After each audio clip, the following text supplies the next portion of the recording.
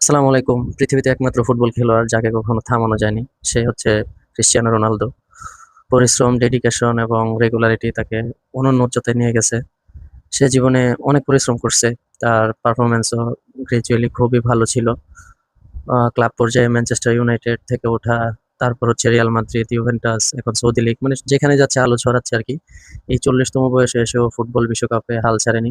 ৬ষ্ঠ বিশ্বকাপ এবং সর্বোচ্চ বিশ্বকাপ খেলার রেকর্ড হয়তো করতে যাচ্ছে মেসির সাথে সমান তালে। এখন এটা শেষ বিশ্বকাপই, এরপরে আর না হওয়ার সম্ভাবনা 99% হবেই না ধরতে গেলে, বা সব আল্লাহ জানে। তো তার আগামীকাল বিশ্বকাপের মিশন শুরু হচ্ছে, চাই শেষটা সুন্দর হোক এবং সে রাঙিয়ে তুলতে পারুক তার মনের মতো করে। ভালো খেলুক, পর্তুগালের সর্বোচ্চ ৩য় স্থান অধিকার, সে কি চ্যাম্পিয়ন হতে পারবে কি পারবে না একটা ব্যালেন্স টিম নিয়ে, জানি না। শুভকামনা থাকবে। ভালো খেলুক, নিজের মন মতো খেলুক এবং নিজের ইচ্ছা মতো শেষটা রাঙিয়ে তুলুক।